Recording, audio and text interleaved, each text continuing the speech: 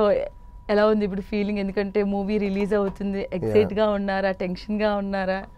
లేదండి, కామ్గానే కూల్గానే ఉన్నాను. So 10th release and you know మా టీం అంతా వెయిటింగ్ ఫర్ ఆడియన్స్ ఎలా రిసీవ్ చేసుకుంటారో అని యూనో క్యూరియాసిటీతో ఉన్నాం మేము. సో బిజీగా షెడ్యూల్ ఉంది.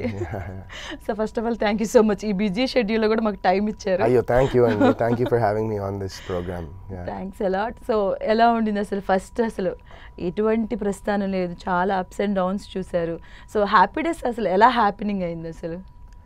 హ్యాపీ డేస్ నేను అప్పుడు యూఎస్లో ఉన్నాను. ఆ టైంలో ఇంకా వీ గేవ్ అన్ ఆడిషన్, అక్కడి నుంచే ఒక ఆడిషన్ ఇచ్చాను అండ్ అది శేఖర్ గారు చూడడం జరిగింది. అండ్ అలా ఆయన నన్ను you know he selected me for Chandu క్యారెక్టర్కి సెలెక్ట్ చేసుకుని అక్కడి నుంచి నేను ఇక్కడికి వచ్చి ఇంకా అప్పటి నుంచి ఇంకా సో ఆ కెరీర్ అలా హ్యాపీ డేస్ రాగానే బిగ్గెస్ట్ బ్లాక్ బస్టర్ హిట్ అసలు.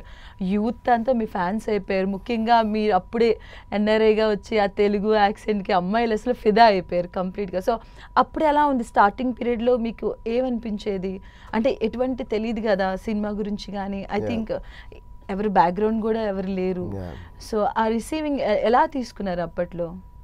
అంటే అప్పుడు నాకు అప్పుడు 18 years హ్యాపీ డేస్ రిలీజ్ అయినప్పుడు. సో అంత ఆలోచన ఏం లేదు, ఓకే మనం సినిమా చేస్తున్నామా, ఓకే బిజీగా ఉన్నామా, సినిమా చేస్తున్నామా అన్నట్టే ఉండింది. కానీ ఇప్పుడు అంత సక్సెస్ కానీ అంత ఇది కానీ అది అసలు ఫస్ట్ ఆలోచనే అంత రాలేదు నా మైండ్లో అప్పుడు.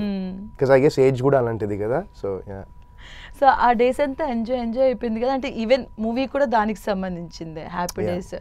అసలు ఇప్పటికీ ఆ సినిమా కంప్లీట్గా చూస్తారు, అంత హ్యాపీగా ఎన్నిసార్లు వచ్చినా చూస్తారు ఆ మూవీని అసలు. సో మీరు ఎప్పుడైనా మళ్ళీ దాన్ని రిపీట్ చేసి చూడడం అలాంటిది ఏమైనా చేస్తూ ఉంటారా?